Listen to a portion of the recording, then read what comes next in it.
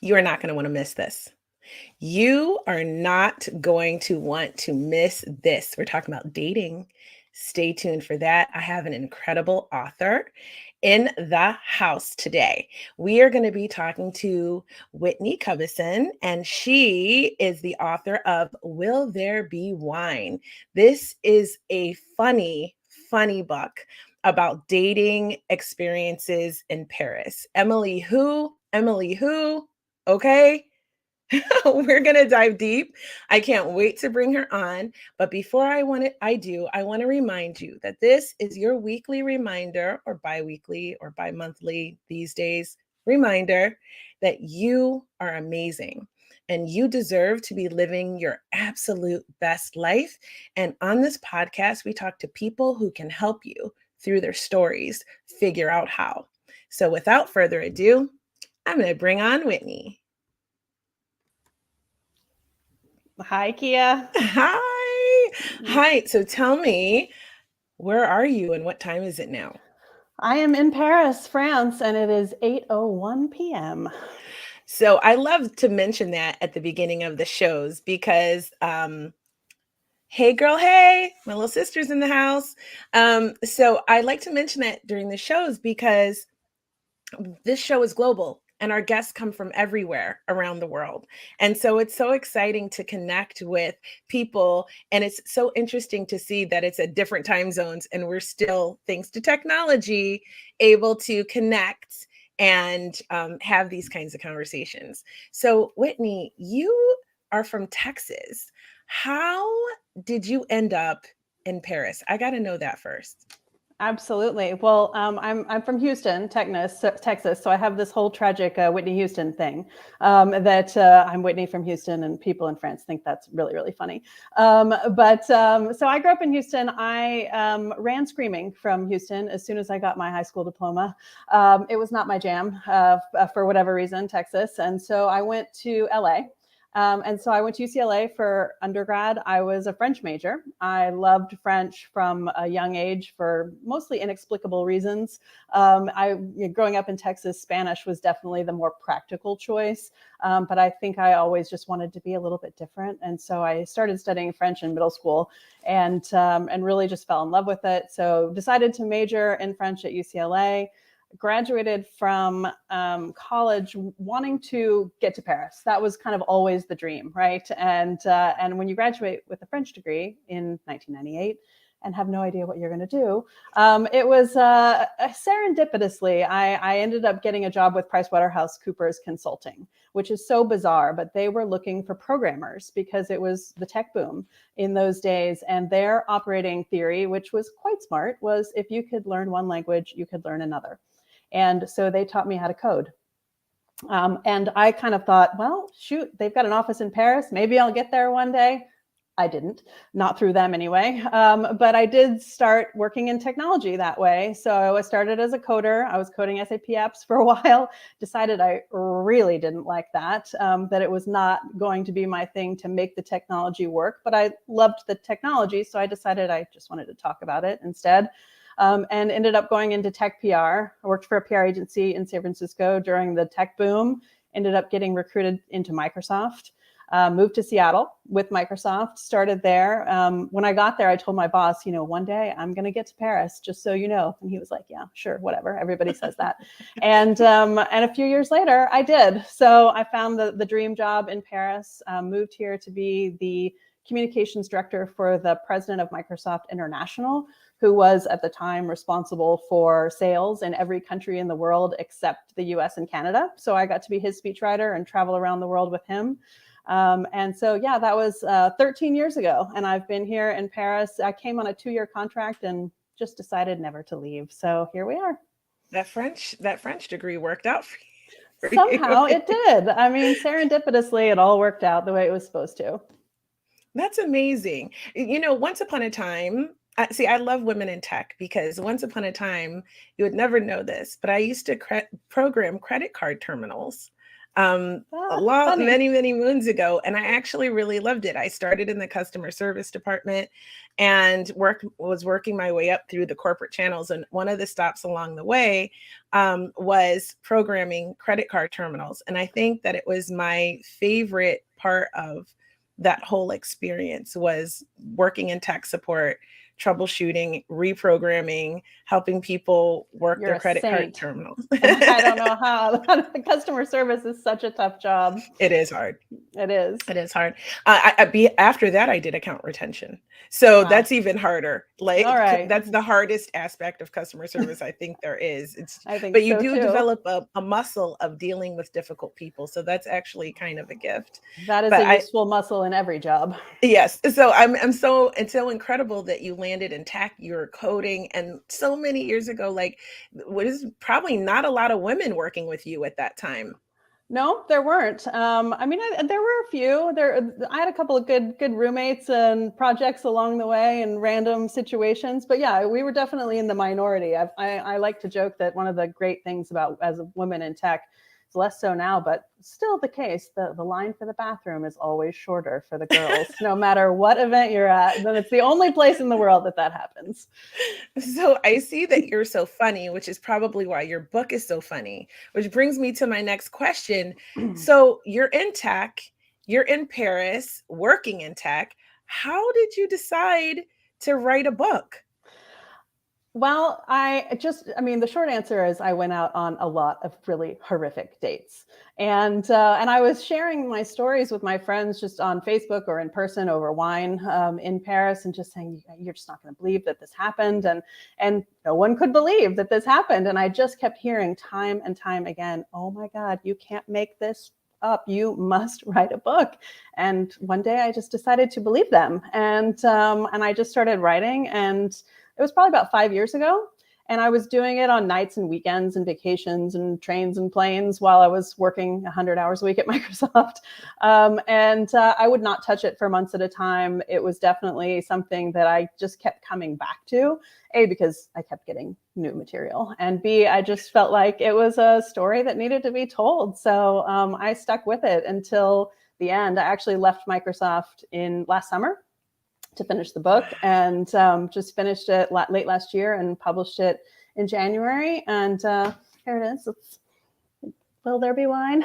And I'm just really thrilled that the reception's been awesome, and it was just such a joy to write. And so yeah, I just had a blast doing it. I have so many questions, but first I know you just came off of a book tour. I So what was did. that experience like for you? It was a blast. I mean, I went to 7 cities.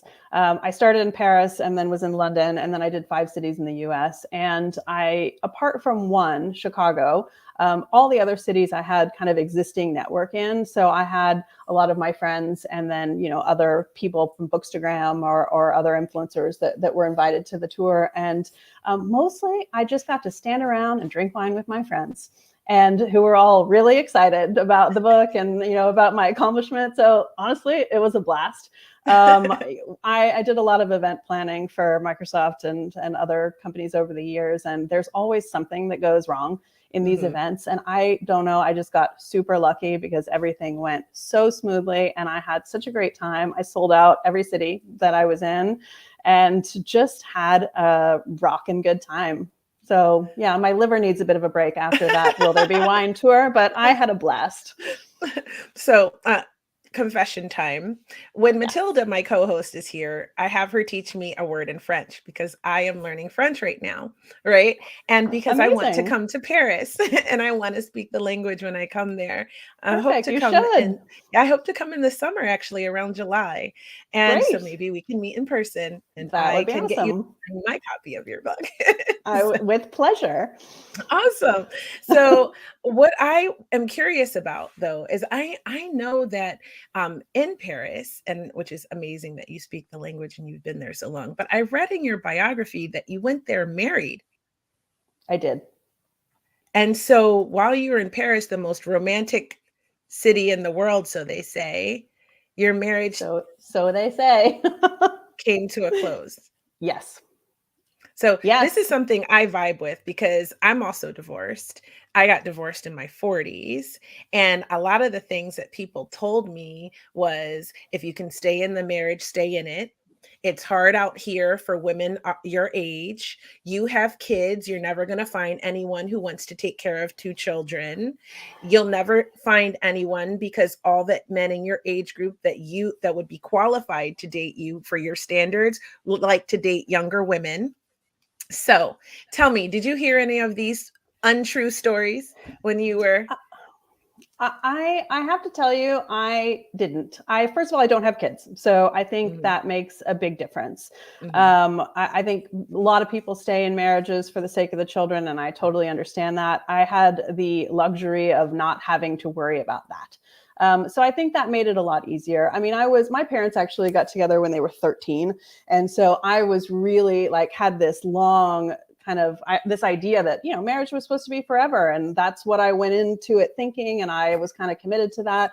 But then it just didn't work, and I remember we just wanted different things in the end. And I remember saying to him at the end, you're a good person and I'm a good person, and we both deserve to be happier than this, so yeah. let's just go be happier somewhere else and call it a day. We tried.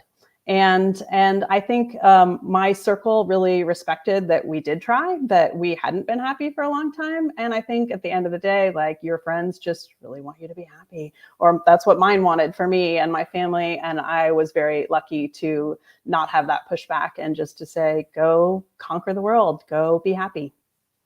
That's fortunate because I think for me, it was more like, girl, it's hard out here It by is single hard out women there. that were, so It think is. twice before you jump into the single world.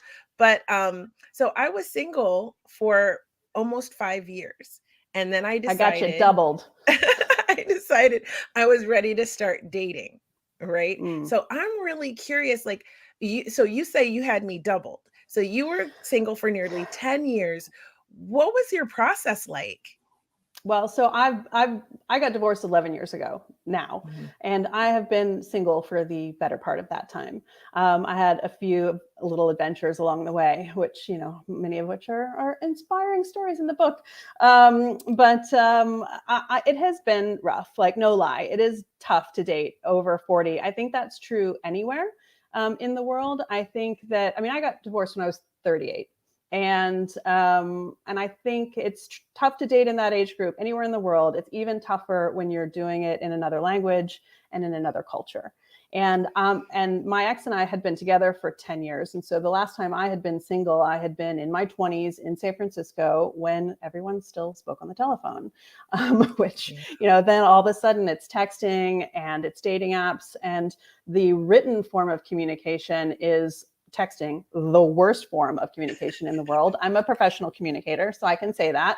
All nuance, all of the little stuff that comes through in tone of voice and language is lost. And when you're doing it in another language, it's even harder because there are, like, the opportunities for misunderstanding are infinite.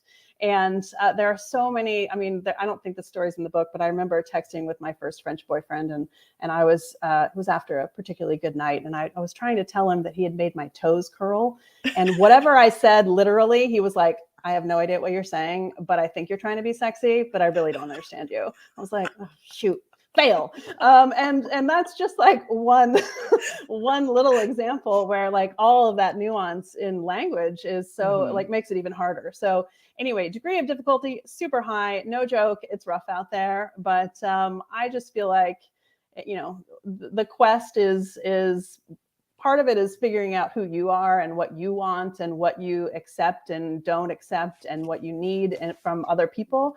And that's kind of ultimately what the book is about this character. Her name's Austin in the book. It was about that journey for her and trying to figure out who she is and what she wants and what she needs. And it's told through the lens of a lot of really horrific dates and also a lot of really amazing female friends. Which that female friendship theme is really important, because I think that's the kind of anchor of sanity during when you're dating at our age. I would agree with you for sure. And I have some friends that are like, um, that you don't talk to your girlfriends about everything that's going on in the relationship. And I don't know if it's just like an American thing, but I'm like, me and my girlfriends do. we talk about I, we you talk about know, everything. I think, I mean, me and my girlfriends do too. We talk about everything. I'm very open book. I have other friends who are less so. And I think that that comes from a lot of things. I think it comes from, especially if there's trouble in the relationship, kind of not wanting to have to either face that trouble or revisit that trouble once you get past the trouble, and have your friends, like there's an anecdote in the book actually, and this was inspired by a real friend, where a friend of mine had someone had cheated on her, and she eventually forgave the guy, and I didn't. It took me so long. I was so mad at him. And at some point she says, you know what, I've forgiven him, and I need you to too. I love you so much for loving me so much that you're still mad at him, but it's time to let it go. And for me, that really was like, oh, what is that about? You know, why am I still mad when she's not? Yeah. But it is about that kind of fierce love and protection of your friends and wanting the best for them. And yeah, anyway, it's I think to each their own. Like, you've got to be comfortable sharing what you're sharing and letting that live on into the future, no matter what you decide with the relationship. I agree with you. I think that's a really good perspective. So I appreciate that. Hey, Darian, I hope you're enjoying this. We got some stuff for the men. Meanwhile, since we got some men in the audience, which I usually do, they usually watch the replay a lot.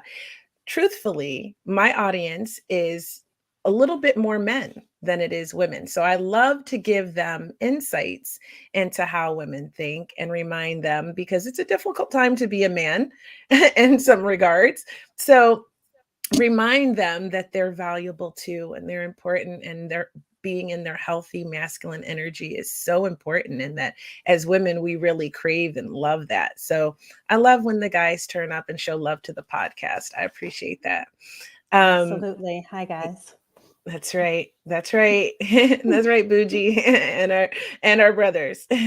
So but I love that you said that. And speaking of all of that and dating and guys and all of that stuff, I would love to hear some of the experiences that inspired the stories in the book. Are there any Uh, that you were willing to share? I know some of them are sh- probably crazy. Sure. I can definitely like read one of them if you'd like. Or I also, we were talking before, there's a set of rules that this character develops about dating apps in particular, and what is an automatic no as she's flipping through. So shall I share the list of the You rules? know what? I would love that. You know why? Because when I started dating, like I had one date that I met out somewhere in LA, right? And then we had some dates and we were seeing each other for a bit. And then it didn't work out because he got too busy with his career. And I don't have time for people who can't manage life and career. Like, I don't understand at this age, right? Yep. How do you not know how to do that? I'm with So you on that. but that was fine. We're still cool.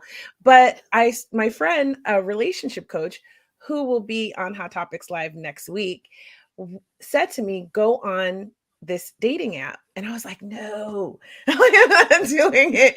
And she was like, try it out and like just have some experiences and create some good experiences dating and just talk to men and get used to it. Cause I'm usually like someone's wife, like usually, or someone's fiance or something serious and committed, you know? Hmm. So I had fun with it. I thought of it like an experiment, and I learned a lot from this experience. So I'm really excited. And I saw a lot of tragic things on there, by the way. So I'm really excited to hear this list. Okay, I'll give you the list. I mean, I'll just say I've been on every dating app. I've tried them all. They claim to have certain differentiation. I've found them to mostly all be the same. I Bumble's the one that's kind of different because the women have to make the first move. So I think that creates a bit of a different kind of audience of guys who want to opt into that. I like to call Tinder the bar that everybody goes to. Like, it's where all the numbers are, but you can kind of get a little slice of every part of life. But regardless of which app you're on, the profile photos, really, some of them are terrifying. So this is this is my list of that, or Austin's list that's in the book. That's in a chapter called The Internet Round 2. There's 3 chapters in the book that are called The Internet, rounds 1, 2, and 3. And they're all these little mini blog posts that she's writing about horrific dates that she's been on online. So this is the beginning of The Internet Round 2. And she says, "I'm back, dear readers. The real life Parisian meet cutes just aren't happening. So I've reinstalled the evil dating app. As I head into round 2, I thought I would share my rules for how I try to weed out the undateable based on their profile pictures. I'm trying to make a science of this. Ignore at your own peril. Do not go out with guys who have any of the following.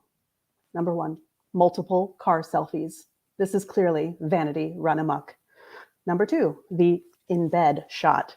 One guess at what he's after. Number 3, the shirtless bathroom mirror selfie, especially when the bathroom is gross. Number 4, nothing but selfies. Does he have any friends? Also, see comment to rule number 1. Vanity run amok. Number 5, a hat and or sunglasses in every picture. Is he in witness protection? He's definitely hiding something. 6, smoking in any picture. Kissing a smoker is like kissing an ashtray. Am I right? Number 7, posing with his kid or kids in his first picture. Can we decide if we like the guy before we decide to like his progeny? Later photos with kids is okay. That's good disclosure. Number 8, posing with a tiger or a large cat of any kind. It is shocking how many of these exist. Number 9, posing with a woman who isn't clearly marked as his relative or best friend. Quite a few couples seem to be using dating apps to find threesomes. Is this a French thing or universal? Insights from my readers are welcome here. Number 10, the thoughtful pose with chin on fist. You know the one, cheeseball. Number 11, proposes meeting at the metro stop. No plan equals no date. For the sharp-eyed amongst you, you'll notice that rule number 11 has nothing to do with profile pictures and more to do with dating etiquette. This rule was put in place after Pierre the Mansplainer. Please refer back to the entry from March 5th and you'll understand why. I reserve the right to add additional rules to this list as my dating disasters continue. Your suggestions are welcome. Into the abyss I return with these rules as my guide. Pray for me." Oh, brilliant. Those are great. So I hope that helps the guys out there to know what not to do, because honestly, I love you guys, but some of the stuff on your profile is just a no. Like I get it. Like I don't need to see every picture of you and your dog on a paddleboard. It's specific to where I live. Okay, on the Pacific We don't get a Northwest. lot of that in Paris. No, where I live, it's like a lot of hiking and stuff. You know what I mean? I want you to love your Sure. dog, but don't have him in every picture. Fair. And like, you know what I mean? And it's like, or holding up your fish, it's There's like, some fish out there too. I don't yeah. know. So they're outdoorsy here, but like, you know what I mean? So there's a lot of things that I saw also that I thought, oh, somebody should help these guys. And I'm so Yeah. glad that, because I know they're wonderful people, they just probably don't get the help really, with Yeah. how to set up their stuff. Honestly, I think every guy who's on dating apps should ask a girlfriend friend to say, please review my account and tell me if I'm okay or if I'm doing something horribly wrong, because there's a lot of bad out there. There's a lot of bad.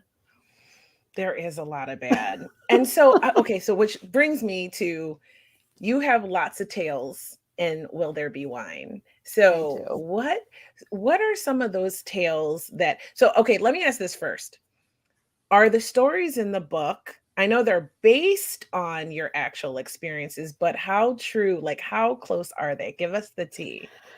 So I will admit that the 3 chapters called The Internet, rounds 1, round 2, round 3, they're all like 98% true. Like these things just happened almost word for word, and they're really quite incredible. So they're actually kind of why I started writing the book, because I was just like in shock by how ridiculous some of these things could be. The rest of the book, there's some other characters that she didn't meet online, many of which, but not all of which, are inspired by real people. I mean, I would say there's a decent amount of fiction, but the book is deeply inspired by real events.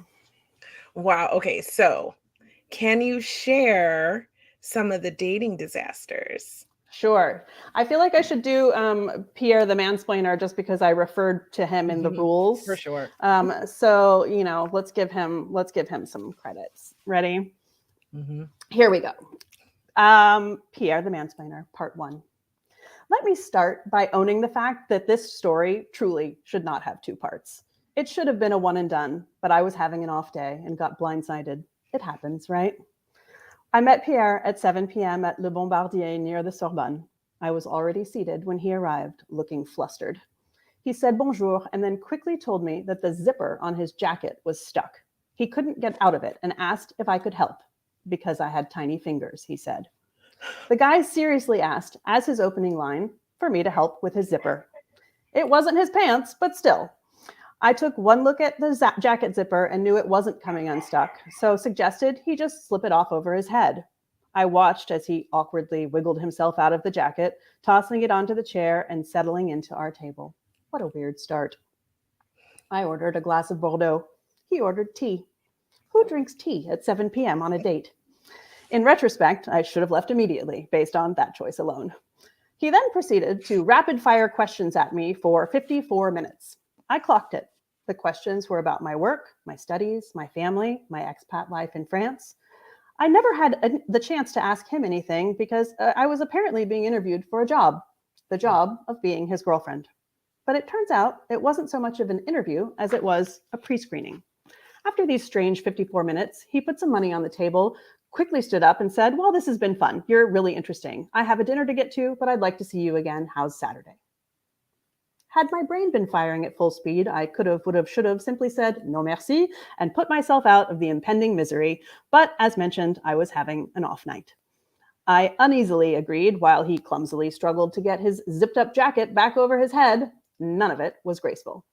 Great, I'll text you, he said as he bolted out the door. I sat there stunned for a solid minute, wondering what the hell had just happened, and then resigned myself to part deux. Part 2. Saturday arrived, and Pierre suggested that we meet at the Grand Boulevard Metro.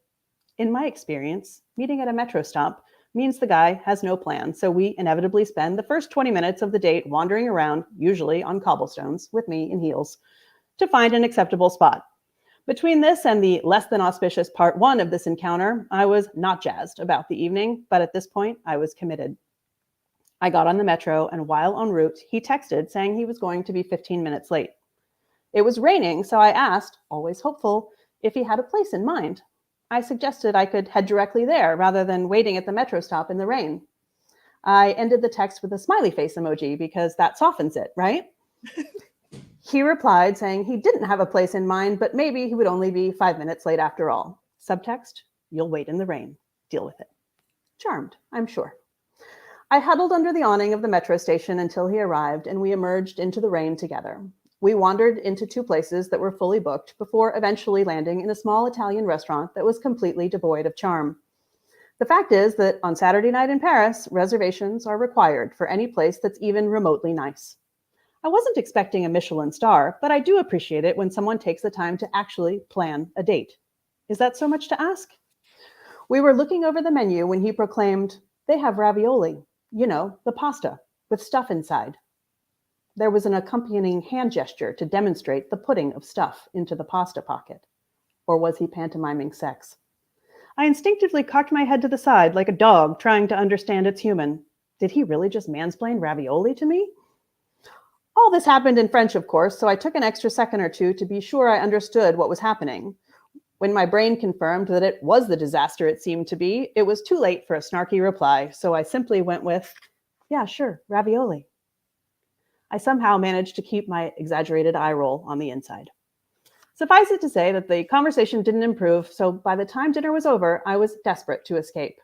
I told him I'd take the metro home, and because he lived in the same direction, he said he'd join me. It was my lucky night. In the metro, he asked if I was a natural redhead. I told him I was not. He then mansplained, because you know, there are natural redheads in the world. Yes, dear readers, he mansplained ravioli and redheads in the course of 90 minutes and then asked if I wanted to go home with him. I did not.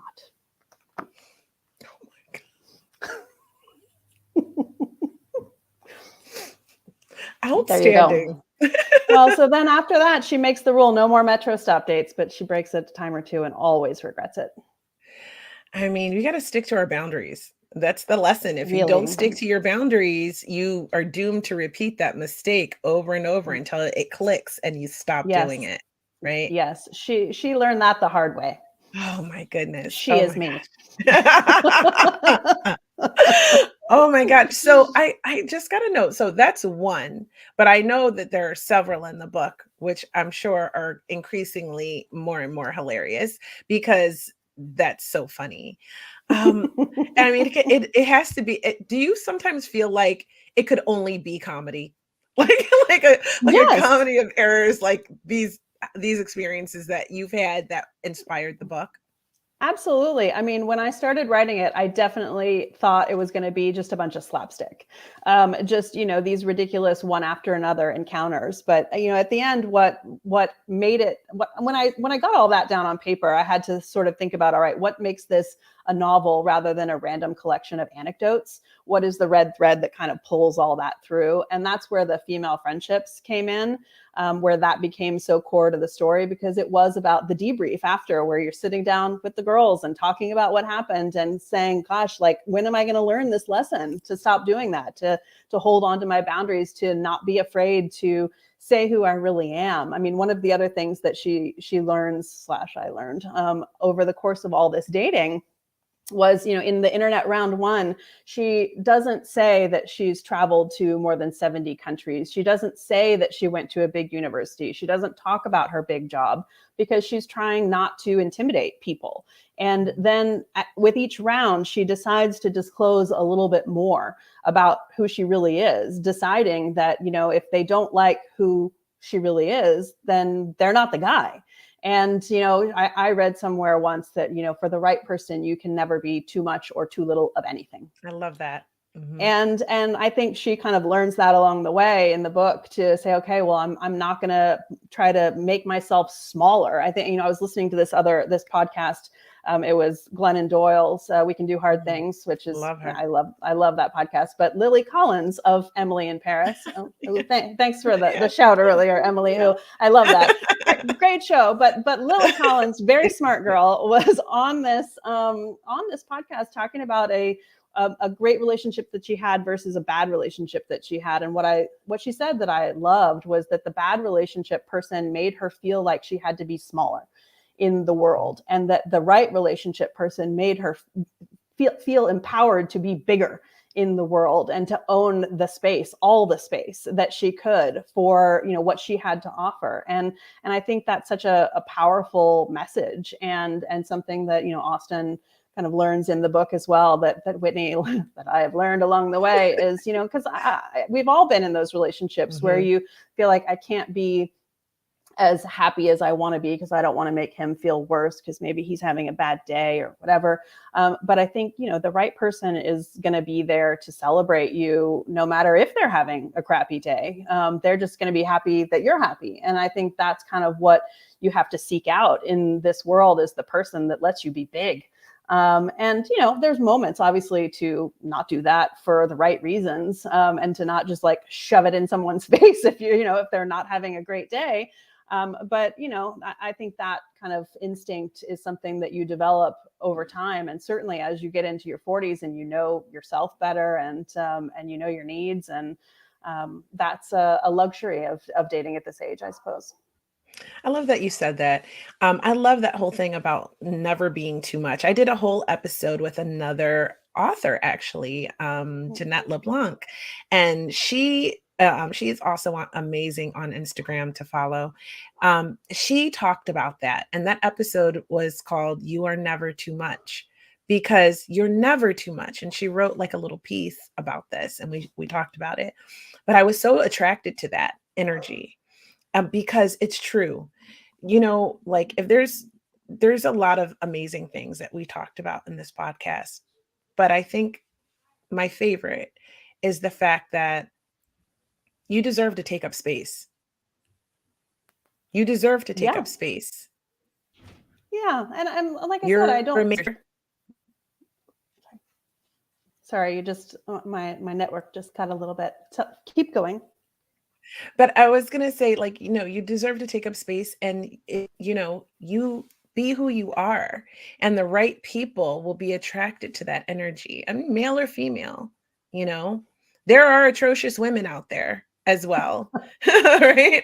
So we're not There like, are. but the fact of the matter is, this is about your experience as a woman dating men. But we do know that there are atrocious women out there that make men feel small, also. And Sure. it doesn't matter who you are, what gender, you deserve to take up space and be the person you are. If you are, I mean, obviously, if you're an asshole, maybe you might want to work on that, like, honestly. But you know what I mean? Like, if you are I this know what you person mean. that's being made to feel small, you don't deserve that. You deserve to take up space by virtue of just being here and born And and in this life.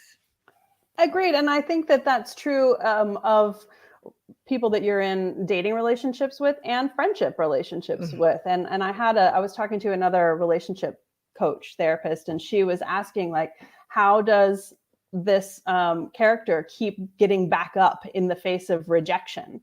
Like, Mhm. she's very resilient, and how does it not just tire her out that she just has so many rejections and so many relationships that go south? And what I said is, I think that, it's about the female friendships and about this sense of self-worth that she gets from Mhm. the women that are around her, because she has these amazing female friends. I have these amazing female friends, and when I look at these women who are in my life and say, gosh, I admire you, I respect you, I love you, I think you're an incredible human. I think that if those people didn't feel something similar toward me, we wouldn't be friends. And so I think the people that you are surrounded by are somehow a reflection of you. And for her, for Austin, for this character, it was that kind of reflection of saying, I see these women see me, I see them. There is a lot to love here. And so I'm gonna keep going until I find what it feels like I deserve. And I think that that's an important attitude to keep. I love that. I'm gonna keep going. I should, like, get that tattooed on my arm. Like, I'm gonna keep going till I find what I deserve. Like that, let that all be all of our mottos for life, especially Absolutely. with regard to dating and for friendships. And what you said about environment, I mean, one of my mentors always says, "Show me your friends and I'll show you your future." It's spot on. So it's like you got to be careful with who's in your environment. You have to curate your friends like you curate art or music or And films. agreed. And I think that, sometimes it's tough because you have been friends with somebody for a long time, and then you kind of see them change or you change, and you kind of question why you're still friends with this person. And then you say, well, but we've been friends forever. So, I guess I need to still put up with this person. And what I have determined in my own life is that's actually not true. Some people aren't meant to be friends forever. Some people are meant to be friends for a moment or just a period in time. And it's okay to let that go if that relationship doesn't serve you anymore well, or that you don't serve each other well. And I think the same again with relationships or with friendships, like that has to be true. You have to think about what is this person bringing to me? What am I bringing to this person? Does it feel like a reciprocal relationship where we both are getting something out of it? And if the answer Mhm. is no, then why are you there? Yeah, some people don't want to, like, really dig that deep. Sometimes they have insecurities about rocking the boat. Sometimes they have people pleasing residual traumas. But Yeah. it's a lot to, like, look within and, like, really figure out what you want and what you need, and Hmm. maybe give some, work towards understanding what is causing you to wanna stay in relationships, whether they're romantic or friendships that are making you feel small or making you feel like you're not connected, you know? Exactly. So it's a And like really I good said, point. that was really what kind of came through after I put all the horrible dates down on paper and said, okay, what's the red thread? It was that quest for self in the quest for love. And it's both are just so important. I agree with you. I could not agree more. So tell me, like, what was one of the greatest challenges you found with writing this book? Well, I've never written a book before. Mm, So, if you don't know, you don't know. yeah. And I actually, I ended up working with these two amazing editors, and I thank them in the acknowledgments of the back for, I think what I said was taking what I vomited out onto a page and teaching me how to turn it into a novel.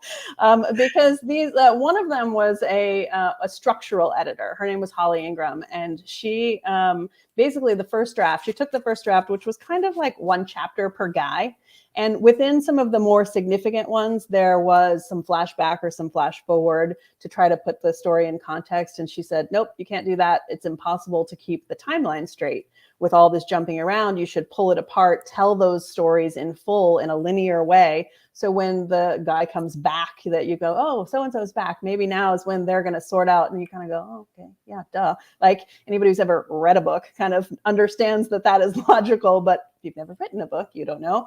And then the second editor that I worked with, her name was Rosie Dosi. She was like an angel from heaven, and she basically taught me about inner monologue. So she was like, what is she thinking here? And I was like, I don't know. What is she thinking? So kind of using that as a device. And she said something like, you can't have more than 8 lines of dialogue in at once because people's attention span isn't that long. So you have to break it up with hand gestures or facial expressions or details about what they're eating or what kind of, what the environment in the room is like. And so I really ended up kind of diving into, like, a lot of the scenes in this book are in restaurants, like real restaurants in Paris, all of whom which I recommend. So if anybody's planning a trip, it's a great restaurant guide for Paris as well. But then I would like dive into the website and look at the pictures of the room and look at the menu of what they were eating and figure out how to kind of bring all of this stuff to life. And it was just so much fun, but it was a lot. It was a lot of work. When I got her edits back, I think it was the beginning of September, I worked, I think, between 6 or 10 or 12 hours a day, 7 days a week for 2 months, just rewriting huge chunks of the book because she had taught me so much about the writing process. And it was just really, I had left Microsoft kind of on the back of 2 years of COVID and also losing my dad. And so all of those things had really kind of drained my energy, and I was feeling very much like I was on empty. And I left Microsoft feeling like my mission was to go find joy again. It was to go find something that filled me up. And there's a difference between, I heard this on a podcast as well, kind of the difference between exhaustion and depletion, where exhaustion can be fixed with sleep and depletion can only be fixed by doing the things that fill you up. And I was empty. And so, and I recognized that in myself. And I really, like, I'm a wild extrovert. At Microsoft, I was in charge. My last job, I had 14 countries that I looked over for communications. And so I was on a plane almost every week, every other week before COVID. I was interacting with people all the time. And then all of a sudden I was grounded. I was in my apartment. I was by myself. And working really long hours, and it really drained my energy. Then I lost my dad, and then I just went, okay, whew, like I am so at the bottom that my goal now is to fill back up and to find joy, find the things that bring that back into my life in a purposeful way. And I had already finished kind of, I think, the second draft of the book at this point, and I had a sneaking suspicion that the joy was buried somewhere in the unfinished pages of that book, which it was. And so I think that process, you asked what was hard, all of it. Life is hard. But gosh, did I not like bring that joy back. And in those kind of 7 days a week, huge long days of rewriting the book, I really like felt myself come back to life. As I was watching this story come to life on the page. And it was such a joyful process. Yeah, I climbed out of kind of a big hole to get there, but I'm so pleased that I did. Wow. I mean, you definitely had some life challenges, pandemic, a parent passing away. It was a I crappy mean, couple of years. I'm so sorry to hear about your dad. I lost my dad very young, but I lost my Sorry. mom in 2018, and it I'm was sorry. just before the pandemic and everything. So it's something about losing a parent, you know. There's It's a just really, it's really difficult. crappy club to join, and It you is. don't know until you know.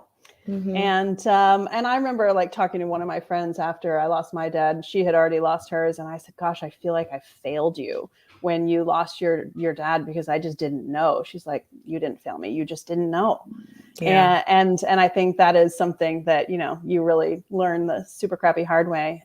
But yeah, I think once you've gone through that kind of thing, and it makes you, once you've gone through anything, like if you've been fired from a job, if you've lost a parent, if you've gone through any of life's super crappy experiences, I think it's such an opportunity to be a better, more empathetic human afterwards, and to take those lessons and carry them forward to other people. So like the next time a friend of mine loses a parent, I'm going to know how to show up, and I'm going to be a better, more empathetic human as a result. And so I think you have to kind of take those learnings from all the garbage that happens, which again was kind of why I wrote this book, to say I've got to make sense of why all of this garbage happened to me. Yeah. And I could sit there and wallow in it and say, yeah, I've been single for the better part of 11 years and WTF, and I'm over it. But then I wouldn't have written this fun book. So I guess it was all worth it in the end. You know what always say, everything in divine timing. And I love a woman who Yep. knows her worth to the point where she will not lower her standards and just accept anything. And that's part of why I really love this book, right? Because it's about a woman who has all these experiences, but she grows from them, and she doesn't lower her standards. And just any one of those guys she could have taken. Yep. Any one of them. She And coulda went by the red flags, justified the relationship, did everything she could to make it work, and then it wouldn't have, or I mean, stayed and been miserable. yeah, and whenever I think about this, I think about Amal Clooney, the gal who married George Clooney. Like that girl was Love a her. is still a total Mhm. kick ass, like lawyer, badass, amazing woman who probably She's spent a long incredible. time being single, scaring the crap out of every guy who crossed her path. And then Super she met George intimidating. Clooney. Like my George Clooney's out there somewhere. I'm just waiting for him to show up.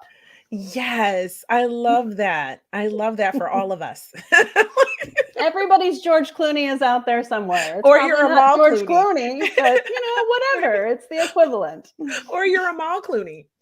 I mean, Is out I'm there, not. And right? so, George, she can have George, but like, I feel like my George is out there somewhere. For sure. So, I mean, I love that. And it's all very, very beautiful. I think that really love what you said about learning how to be more empathetic when you go through things.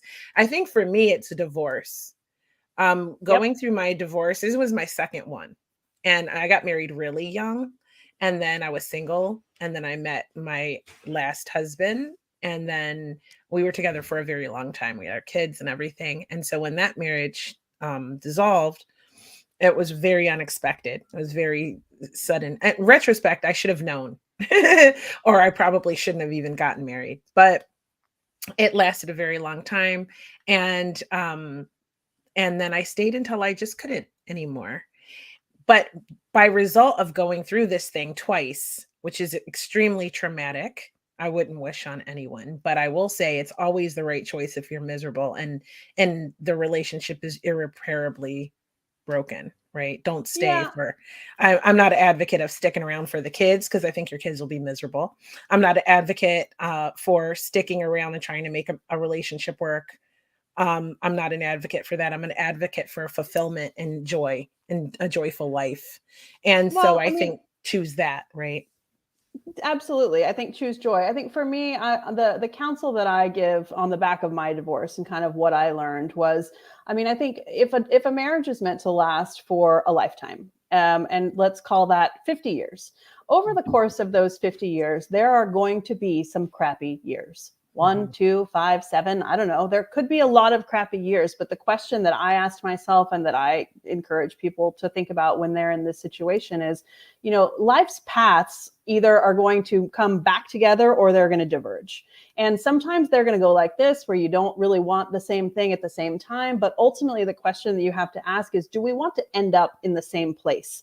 Do we have the same goals for our life? And are we willing to work through these kind of moments of the past not quite being aligned to ultimately get to the same place?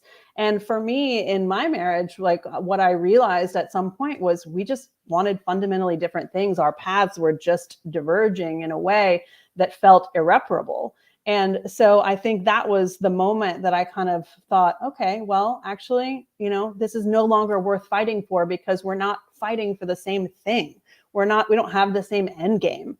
And I think that's for me is the important question, is what's the end game? And if it's the same, fight, because, there's going to be some crappy years, but if it's not, walk away, be happy. Oh, that's brilliant advice. Okay, so since we're on advice, and I said, and the show's about dating, and I know you have some skills. So we talked about some don'ts that guys shouldn't do on their dating apps, which I like, that's worth its weight in gold as far as I'm concerned. However, I'm like, that's a real gift for them. However, let's talk about some things that women should know if they're dating in their 40s. What tips do you have for that? Well, I mean, I think the number one tip is just be yourself. I kind of alluded, and spoke about this a little bit earlier, but all of the kind of, I'm going to not talk about this thing because I don't want to intimidate, or I'm going to hide that thing because, I mean, ultimately it's all going to come out. And I'm not suggesting it should all come out on the first date. It definitely shouldn't. I think you have to be able to read the room and figure out kind of when is the right moment to share the real you. But don't wait too long, because if they don't like the real you, it's not going to work out. And I in all of, and listen, who am I to give advice on this? I've been single for the better part of 11 years. I obviously have no idea what I'm doing. But I think the most important thing is just to be honest, to be a good listener, to try to understand the person's motivations and their background a little. I mean, I think, things, a lot of, I have another theory in the book that's about baggage, that everyone at our age has baggage. And the question to determine is, what size baggage? Is it carry-on size, which is mine, divorced, no kids? Is it checked baggage? Divorced, a couple of kids? Or is it the odd size other window where you pick up skis, where they have like the lunatic ex-wives and, like the crazy life that you don't want to deal with? And so there's those three, but then also kind of she figures out over the course of the book that there's actually a fourth kind of baggage, which is invisible baggage, which is the kind of over 40, never been married, and you can't really quite figure out what's wrong, but maybe something is. and there are plenty of people that have, at that age, never been in a real relationship. You kind of have to wonder, like, why is it that they've never been in a real relationship over that age? There's probably something that explains that. And so I think, being eyes wide open and asking smart questions, but also, having empathy and having honesty. I think those are the best tips that I have. And I'm hoping that it'll work out for me one of these days. Okay, I love that advice too. And I love the invisible baggage. I've experienced that a few times in It exists. my dating experiences since my divorce. Okay, so would you consider that a red flag? The invisible baggage? Mm-hmm. I mean, yes, I would. I think that if you are over the age of 40 and you've never had a relationship in your adult life, that there's something strange about that. I don't know what it is. That's why it's invisible. But I think it's a trauma of something, or something in your past that doesn't allow that kind of openness of spirit that would allow you to share your life with someone. And it doesn't mean that it's unrecoverable. I think, therapy can fix a lot of things. But yay for therapy. But, I think, and if someone's in therapy and actively, addressing some of those issues, then maybe it's, an orange flag. But I mean, I do think that it's normal for adults in their 40s to have had, at least one or two kind of meaningful relationships, or at least, if not that, then know why they haven't. And that self-awareness is what takes the flag down from being red to yellow, to say, I actually, here's what's happened in my life, and I'm working through it, and I'm in therapy, and I'm on a journey. Like, if you're game to accompany someone on that journey, awesome. Like, I think for people that are willing to do the work, like, anything's possible. But if they can't give a good answer to that question of why they've never had a relationship, I think that's something to poke on a little, and, ask a few more questions. Ask questions. And that's what I do. I like to ask questions. I mean, I don't like to make people feel like, it's a job interview or they're my Yeah. podcast guest, because I do ask questions for a living. But but I'm curious naturally. That's why these podcasts are not scripted, because I'm curious about you and I want to know, and I get the questions right on the spot. So Well, and I think that's such a great yeah. quality. And that's a quality that I think is lacking in a lot of people, that curiosity. And, if you're like chatting with someone on a dating app and they answer with 2-word, Mhm. answers, and don't ask you a next question, and, it's like, well, why are you making this conversation so hard? Like, have some curiosity about me, or, tell me something interesting that leads to another question. And this is another thing about the dating profiles. If someone has no bio, like, is willing to share nothing about themselves, it's like, where do I start? Like, I want to be able to start an opening conversation on a dating app with, hey, I saw this on your profile, tell me more, or hey, that's interesting. And if they give you nothing to work with, then it just makes it that much harder to get started. So, I think that, enabling that curiosity about yourself, and, for others to come to you, is also worth doing. Yeah, and I also feel like it's a little bit of a, I like to say, a pink flag if I'm talking to a guy on a dating app and he doesn't ask me any questions. Yeah. Yeah. It's Or a severe lack of curiosity is yeah, no. yeah. Or if a guy just, I talk to him a little bit back and forth. This is a big one, guys. This is a gift for you. And I've talked to you back and forth a little bit, and then you just say, call me and give me your number. That's a mistake. Don't do that. If you want to talk to a woman, ask for her number and call her. And, I can't tell you how many times someone has said, hey, we should get together. And I'm like, yeah, that'd be great. And then I'd never hear from them again. I'm Yes, that one like, too. what? If you don't want to actually go out, don't say, let's get together. And if you do say it, like, follow up with a proposal on when and where, those important details. It's just strange. There's a lot of just like ghosting, sort of mid, I'm about to ask you out, and then I'm just going to bail. It's curious. It is curious, actually. And also, like, going back to what you said in the book about not having a plan. That sticks out too, because I've experienced that as well. Or your plan involves getting me drunk the whole night. Like, I don't know about you, but I don't do coffee dates and I don't do happy hour dates either. That's just like a policy for me. I don't like minimum investment dates, and I know a lot of guys are getting that advice, and I just think women of some quality, which I like to think I am, is going to not be okay with a minimum investment, because she's going to feel that that's all you're willing to do, and it's going to be kind of a flag for her. What do you think about that? I don't agree totally. I mean, I think that if someone just says, hey, do you want to just get a glass of wine or something? In my mind, that's always a, let's get a glass of wine. And then if we're actually vibing, it will lead to dinner. And if it's not, then it's an easy out, and we don't have to sit there for an hour and a half and have a meal. And so for me, if it's early enough, like, not too late to get started, and you can then transition into dinner, then that's fine. So I don't know. I'm that one doesn't kill me. Yeah, you know what my experience has been? Let's go to happy hour, and I'm fine with that, because I like wine. Girl, my favorite wine is French, by the way, just so it's out Good there. stuff. Okay, I like that's my favorite. So, and I actually have a Me too. favorite winemaker, and I have a wine club, and he's French and he makes the best wine. But anyway, That was a side note. But I I want the got tip invited. later. But I went to this happy hour, and from that happy hour, the guy wanted to take me to more drinking, and those were my options. So Okay, at yeah, that that's a point, red I was flag. like, I don't think I'm going to do happy hour dates anymore because I don't think I want it to be easy for you or me. Like, I'm going to commit to this. I'm going to get a meal. We're going to have a conversation. We're going to drink wine together. And at the end of the night, if I don't like you, you'll know. Like, you know what I mean? Like, Yeah.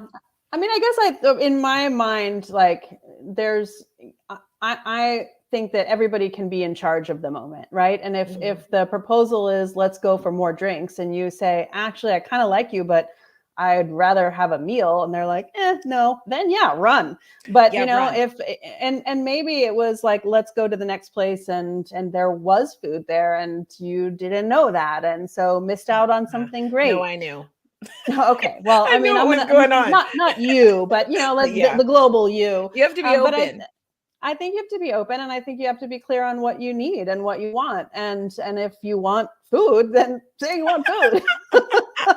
I love that. My girlfriend was on a date not long ago, a couple months ago, and she was like, she went to go and have coffee with the guy, and she had coffee with him, and it was like dinner time though. And so they were Hmm, hanging out, and it got to be that's weird. later and later into like mealtime. And then it was like 7 p.m. And he was talking about like, hey, he thought he might want to go get some pizza somewhere. And so she thought he was inviting her, and he wasn't. He was just Oh, gonna go get some pizza. well, that's And so just she weird. would be like, well, if, I like you know, pizza.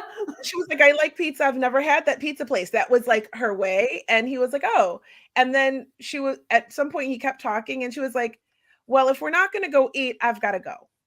So Yeah, I really love that she was like, okay, I'm hungry. I absolutely. want to go eat. Like, we've been hanging out now. It's dinner time. Yeah, I'm gonna roll out. And she ended up coming home and telling me about it. And I thought it was hilarious. And that is one of those girlfriends that keep you going from liking your absolutely. book. So I love And that. there's a cultural thing in there too, especially if you're dating somebody from a different culture, because right now it's 9 p.m. and I've got dinner plans after this at 9:30, which is a little bit late, but not really for France. And so like I went when I was back in the States, I was suggesting someone to meet at 8, and they were like, "What? That's so late." I was like, "Is it? I don't know. Like, it doesn't seem late. 8 seems like very standard for me in France." Yeah, And so that's another thing. Maybe it's a cultural thing. I don't know. I'm yeah, just, maybe. try to give somebody the benefit of the doubt, but it's not always doesn't always work. Well, I definitely learned something from you today. So I think maybe I will keep an open mind with regard to that a little bit. I'll feel it A out. little bit. I'll A read the little bit. room, You right? got to I'll read see the how it room. feels. And also I will say, I want a meal. No, I probably won't say it that way. But Well, like, but you a know what I girl's got mean? to Like, eat. you know what I mean? If you're A inviting me girl's got to out, like, eat. I like men who invest. Okay, just leave it Fair at enough. that. So Fair enough. anyway, I'm so glad you came. I know that you have dinner plans, so I don't want to take up too much more of your time. But I have loved chatting with you. Your book, Will There Be Wine, is amazing. I know it's on Amazon and everywhere, so people should run and go get it immediately. Do not wait. Go get it right now. You have nothing better to do. So start reading it. Love Everybody it. needs to Thank millionaires you. read. Read Thank you so much for the opportunity. It was really fun chatting with you. And I hope your audience had a good time too. And yeah, good luck. Hang in there. It's a jungle out there on the dating scene, but you know what you're worth. Well, I agree. And if you want to know more, if you want to find the book and you don't want to go to Amazon, go right here, and get this book. And you will thank me. And don't forget to follow Whitney on Instagram. You can follow her here and see all of her adventures and what she's up to. And hopefully, maybe she'll write another book that we'll love. My friends and I have already decided that if I do write a sequel, it's going to be called "We're Going to Need Another Bottle." I love that. I'm going to be waiting for that. Well, all right, my dear. I cannot thank you enough for this amazing hour that I got to hang out with you. It's been really incredible. I love all your insights. Your writing is brilliant. It's funny. It's amazing. It's refreshing. And I thank you so, so, so much for being a guest today. Thank you for having me.